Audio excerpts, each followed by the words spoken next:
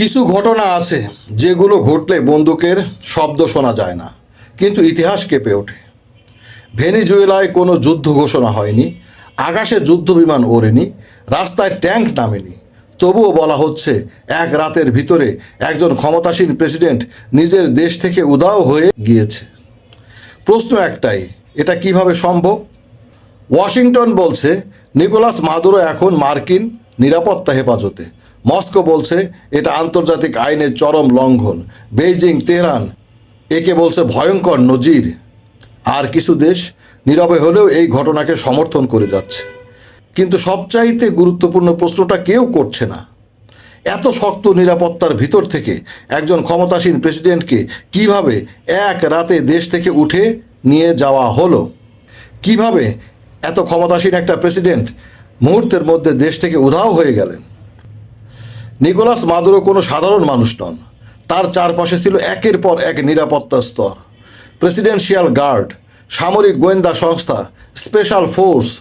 বিশেষজ্ঞদের মতে বাইরের কেউ চাইলেই এই বলয়ে ঢুকে পড়া সম্ভব নয়, এটা অসম্ভব, অবাস্তব। তাহলে প্রশ্নটা কিন্তু বদলে যায়, বাইরে থেকে যারা ঢুকেছিল তাদের কে সহায়তা করেছিল? ভিতর থেকে কে দরজা খুলে দিয়েছিল? ঘটনা যেহেতু সত্যি, তাহলে এটা প্রায় নিশ্চিত বলা যায় প্রেসিডেন্ট কোথায় অবস্থান করছিলেন, কোন সময়ে নিরাপত্তা তুলনামূলক শিথিল ছিল, কোন পথ নজরদারির বাইরে ছিল। এই তথ্যগুলো কেবলমাত্র ভেনেজুয়েলা নিরাপত্তা কাঠামোর ভিতরেই ছিল।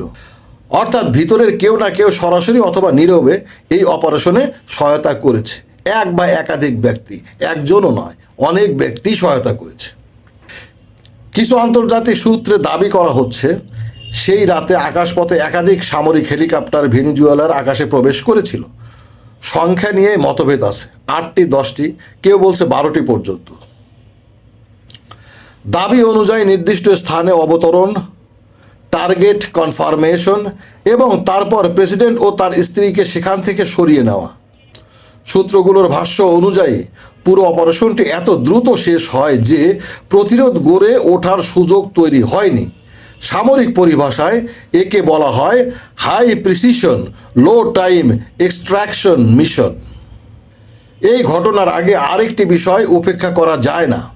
ভেনেজুয়েলার উপকূলের কাছে বেশ কিছুদিন ধরেই মার্কিন যুদ্ধজাহাজের উপস্থিতি নিয়ে আলোচনা চলছিল।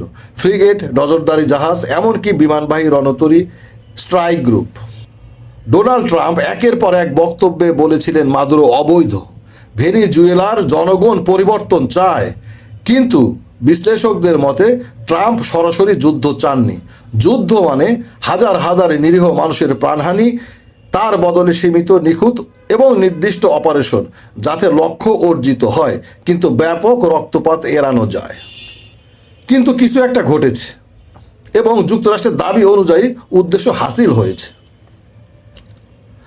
আমরা একটু পিছনে তাকাই। 2020 সালে অপারেশন জিডিয়ন, সেবারও লক্ষ্য ছিল নিকোলাস মাদুরোকে ক্ষমতা থেকে সরিয়ে নেওয়া। সেদিন নৌপথে, আজ হচ্ছে আকাশপথে। অন্তত দাবি তাই। সেবার অভিযান ব্যর্থ হয়েছিল, কিন্তু ইতিহাস আমাদের শিখিয়েছে ব্যর্থ অপারেশন মানেই শেষ নয়। আজ যদি ভেনেজুয়েলা, তাহলে কালকে ইরান, উত্তর কোরিয়া, নাকি আপনার আমার দেশের রাষ্ট্রপ্রধান? ভিতরে সহায়তা যদি থাকে, কোনো দেশই কি সত্যিই নিরাপদ? আপনার কি মনে হয়, এই ঘটনা কি সত্যিই ঘটেছে? আর যদি ঘটে থাকে, পরবর্তী টার্গেট কে? কমেন্ট সেকশনে আপনার মতামত জানান, কারণ ইতিহাস অনেক সময় প্রথমে গুজব হিসেবেই আসে।